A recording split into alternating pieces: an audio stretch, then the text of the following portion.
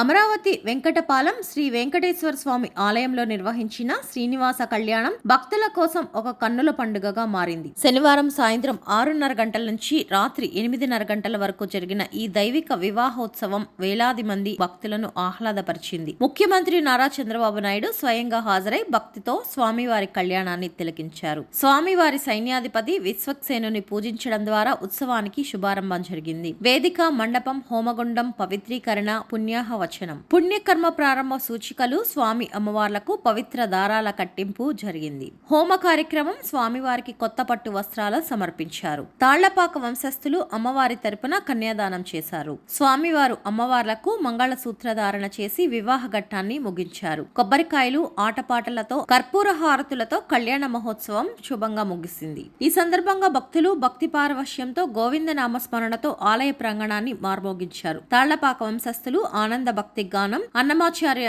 సంకీర్తనలు వేడుకకు మరింత సొగసును చేకూర్చాయి. ఈ కార్యక్రమంలో TTD chairman BR Naidu, EO J Shyamala Rao, అదనపు ఈవో వెంకయ్య చౌదరి, జేఈఓ వీరబ్రహ్మం, ప్రధాన అర్చకులు వేణుగోపాల దీక్షితులు సహా పలువురు అధికారులు, ప్రముఖులు పాల్గొన్నారు. భక్తుల కోసం ప్రత్యేక ఏర్పాట్లు చేసిన టీటీడీ అధికారులు, నిర్వాహకులకు అభినందనీయులు.